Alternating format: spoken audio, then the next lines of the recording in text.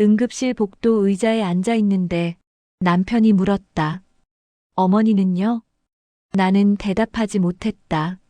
내가 쓰러져서 실려온 건데 그 사람이 제일 먼저 물은 건 어머니였다. 간호사가 링거줄을 빼면서 말했다. 보호자분, 지금 환자분이 더 위험한 상태예요. 남편은 고개를 끄덕이고는 다시 내게 물었다. 그래서 어머니 약은 드렸어요? 시어머니가 쓰러진 건 5년 전 가을이었다. 처음엔 가벼운 낙상이었다. 화장실에서 미끄러져 엉덩방아를 찧었다는 전화를 받고 남편과 함께 병원으로 달려갔다. 골절은 아니었다. 하지만 그때부터였다. 혼자 두긴 좀 그렇네요. 의사가 말했다. 낙상 반복되면 큰일 납니다. 한동안 지켜보시는 게 좋겠어요. 남편은 당연하다는 듯 고개를 끄덕였다. 나를 돌아봤다. 당신이 좀 봐줄 수 있겠어요? 한두 달만. 한두 달. 그 말을 믿었다. 시어머니는 우리 집에서 차로 20분 거리에 혼자 살고 계셨다.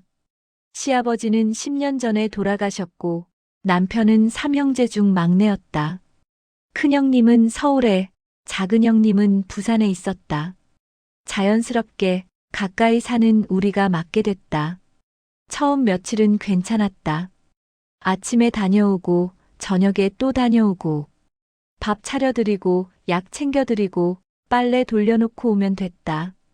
시어머니는 고마워하셨다. 미안하다, 며느리. 그 말을 들으면 괜찮은 것 같았다.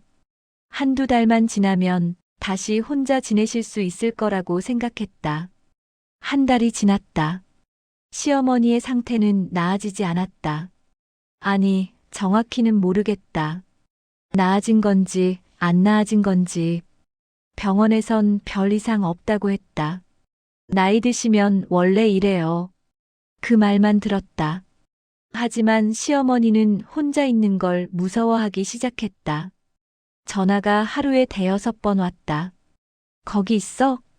약 먹었어? 밥은?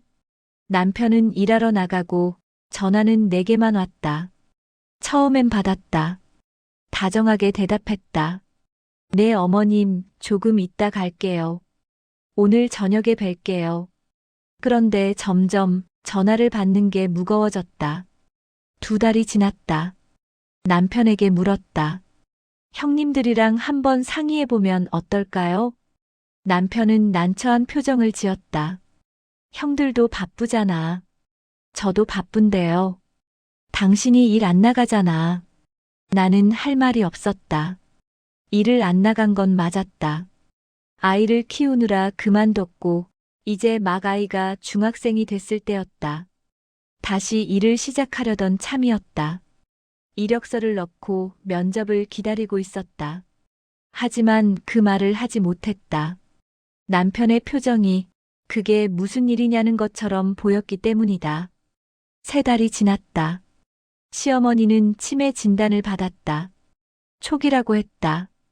약을 먹으면 진행을 늦출 수 있다고 했다. 간병인을 쓰자고 말했다. 남편은 고개를 저었다. 아직은 괜찮지 않아요? 지금도 하루 두 번씩 다녀오는데요. 그러니까 아직 집에서 지낼 수 있다는 거잖아. 나는 더 이상 말하지 않았다. 간병인 비용이 만만치 않다는 걸 알았다. 그리고 남편이 그 돈을 쓸 생각이 없다는 것도. 하루는 이렇게 흘렀다. 새벽 6시 30분. 일어나서 남편 아침 차린다. 아이 도시락 싼다. 설거지하고 빨래 돌린다. 8시. 시어머니 댁으로 간다. 어머니를 깨운다. 화장실 모시고 세수시키고 아침 차린다. 약을 챙긴다. 하나하나 손에 쥐어드려야 한다. 그냥 놔두면 안 드신다. 9시 30분. 집으로 돌아온다. 설거지, 청소, 장 보러 간다. 12시. 다시 시어머니 댁. 점심 차리고 약 챙기고 어머니가 주무실 때까지 기다린다.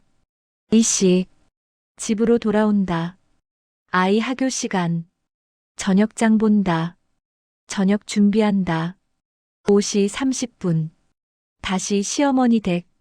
저녁 차리고, 약 챙기고, 씻겨드리고, 잠자리에 누이고 온다. 8시.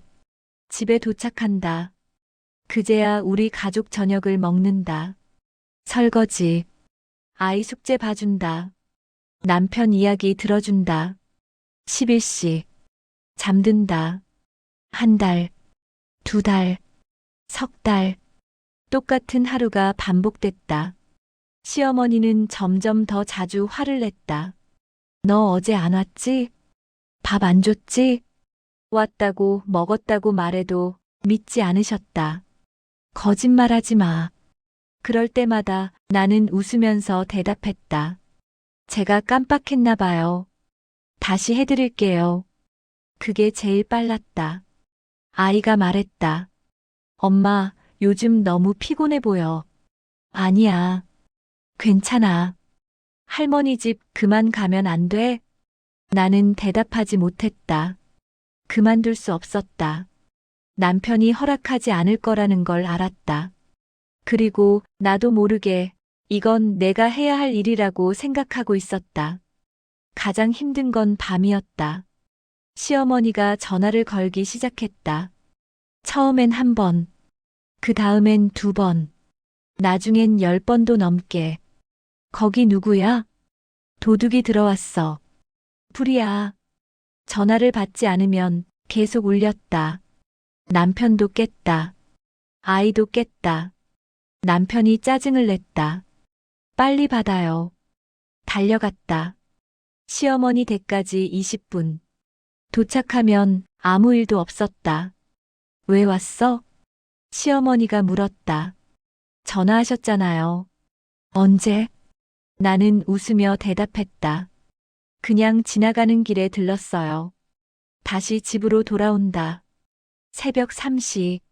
잠들기 무섭게 또 전화가 온다. 한 달에 한두 번이던 게 일주일에 두세 번이 됐고 나중엔 거의 매일이 됐다. 나는 잠을 자지 못했다. 눈을 감으면 전화벨 소리가 들리는 것 같았다. 낮에도 그랬다. 설거지를 하다가 청소를 하다가 갑자기 가슴이 두근거렸다. 전화가 올 것 같아서 남편에게 말했다. 어머니 댁에 요양보호사를 불러보면 어떨까요? 돈이 얼마나 드는데. 밤에라도 주 23회만. 당신이 하면 되잖아. 저 진짜 힘들어요. 남편은 한숨을 쉬었다. 나도 힘들어. 회사 일 때문에 미치겠는데 집에 와서까지 이런 얘기 듣기 싫어요. 그날 밤 나는 처음으로 남편에게 화를 냈다. 나는요? 나는 안 힘들 것 같아요? 남편은 놀란 표정을 지었다. 그러고는 조용히 방문을 닫았다.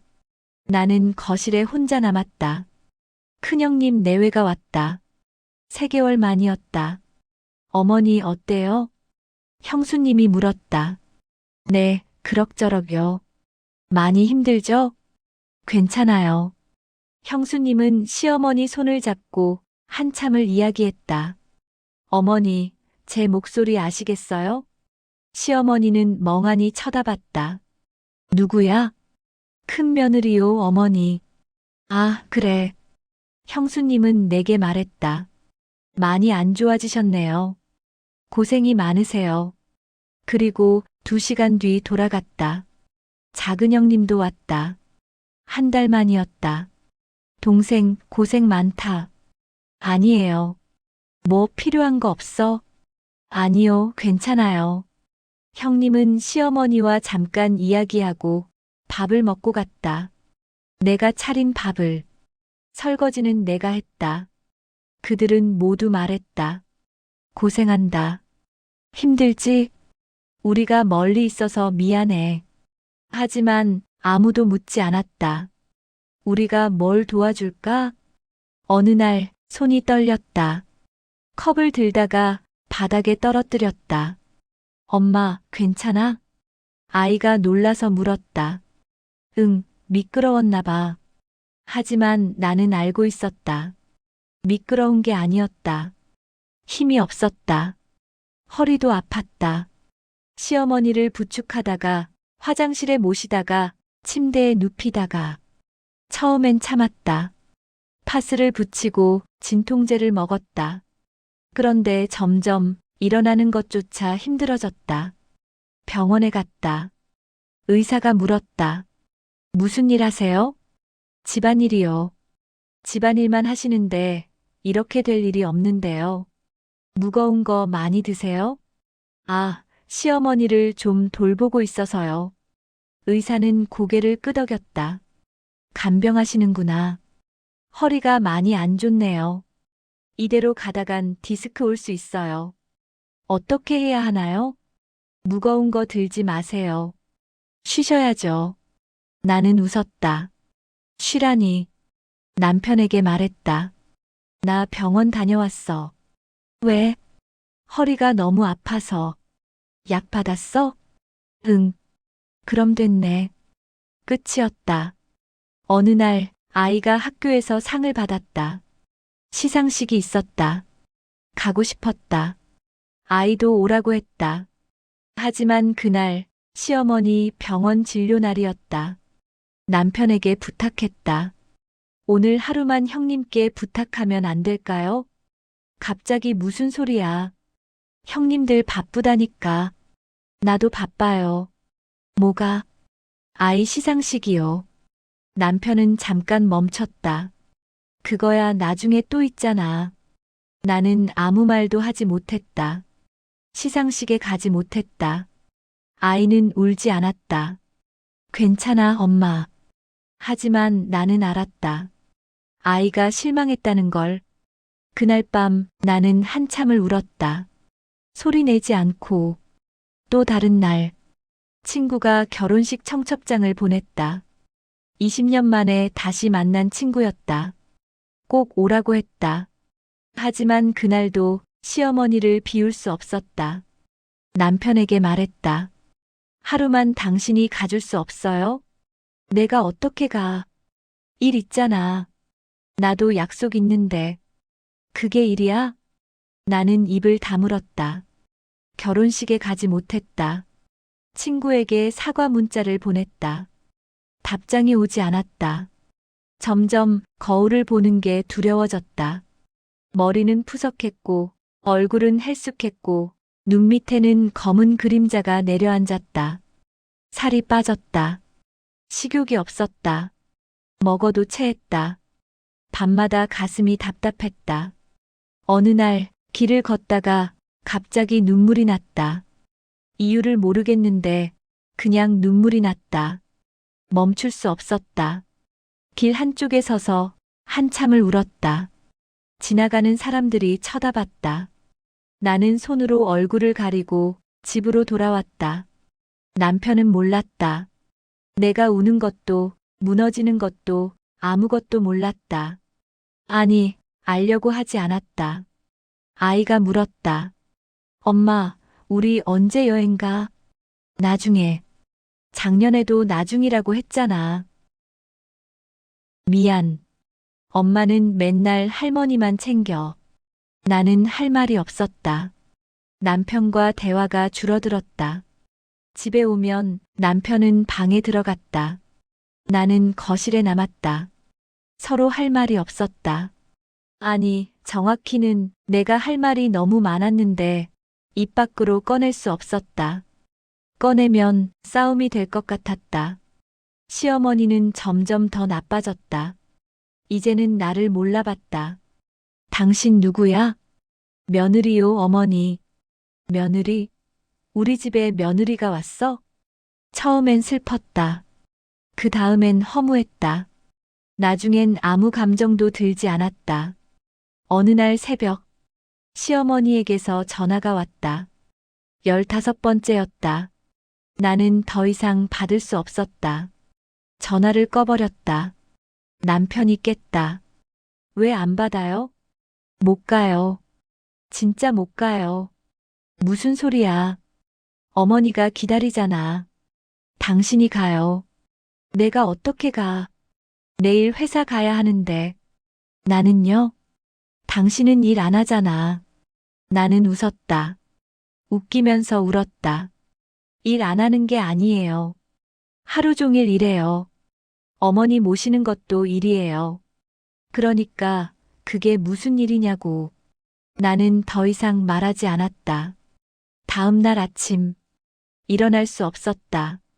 몸이 움직이지 않았다. 남편이 깨웠다. 왜 이래요? 어머니 가봐야지. 못 가요. 약속 있잖아. 나 못 일어나요. 남편은 한숨을 쉬고 혼자 나갔다. 나는 침대에 누워 천장을 바라봤다. 그날 오후, 형님들이 집에 왔다. 동생, 괜찮아? 나는 대답하지 않았다. 어머니, 어떡하려고 이래? 나는 여전히 대답하지 않았다. 너무 하는 거 아니야? 나는 웃었다. 네. 제가 너무했죠. 형님은 어이없다는 표정을 지었다. 우리가 멀리 있어서 못하는 건데 당신은 가까이 있잖아. 그럼 이사 오세요. 뭐? 이사 오셔서 같이 돌보시면 되잖아요. 형님은 아무 말도 하지 못했다. 그리고 돌아갔다. 남편이 말했다. 요양원 알아보자. 나는 놀라서 남편을 봤다. 진짜요? 어머니가 이제 집에서 계시기 힘들 것 같아. 그래요. 당신이 너무 힘들어 보여서. 나는 눈물이 났다. 고맙다고 말하려다가 멈췄다. 왜 지금인지 물어보고 싶었다. 하지만 묻지 않았다. 요양원을 알아봤다. 비용은 생각보다 많이 들었다. 형님들과 상의했다. 우리가 반씩 낼게. 그렇게 시어머니는 요양원에 들어가셨다. 시어머니가 요양원에 가신 뒤 나는 한동안 아무것도 하지 못했다. 집에 있어도 무엇을 해야 할지 몰랐다. 아침에 일어나면 습관처럼 옷을 입고 시어머니 댁으로 가려다가 멈췄다. 아, 안 가도 되는구나. 그런데 그 생각이 들 때마다 이상하게 죄책감이 들었다. 남편은 예전과 똑같았다. 요양원비 때문에 투덜거렸지만 나에게 미안하다는 말은 하지 않았다. 형님들도 마찬가지였다. 이제 좀 편해졌지? 그렇게 물었다. 나는 대답하지 않았다. 아이가 말했다. 엄마, 이제 우리 여행 갈 수 있어? 응. 진짜? 응. 하지만 나는 확신할 수 없었다. 언제 또 전화가 올지, 언제 또 누군가 나를 부를지. 몇 달이 지났다.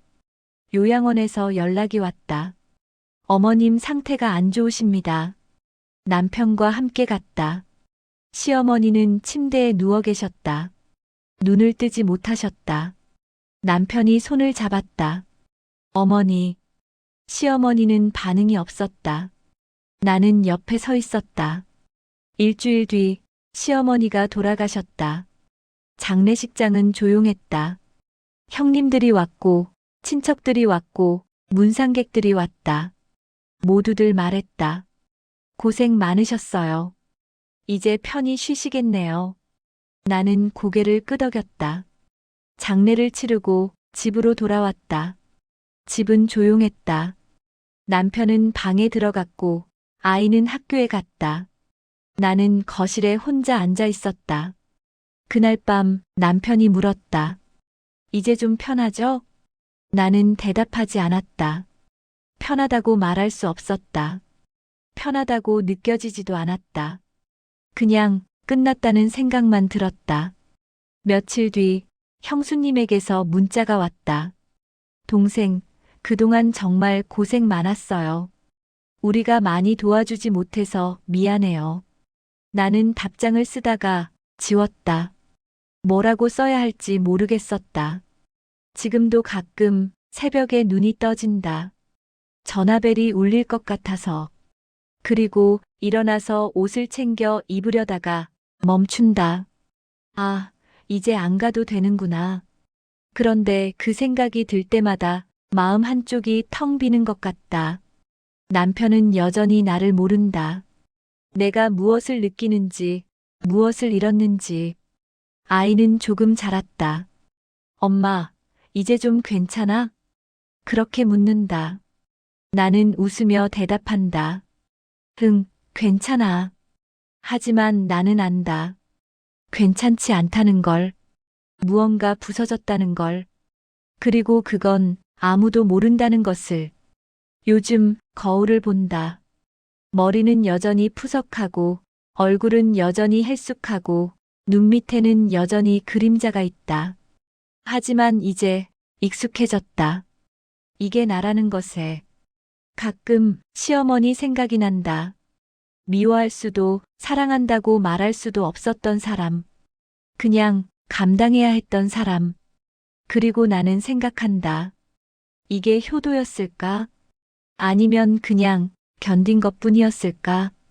답은 모르겠다. 그냥 끝났다.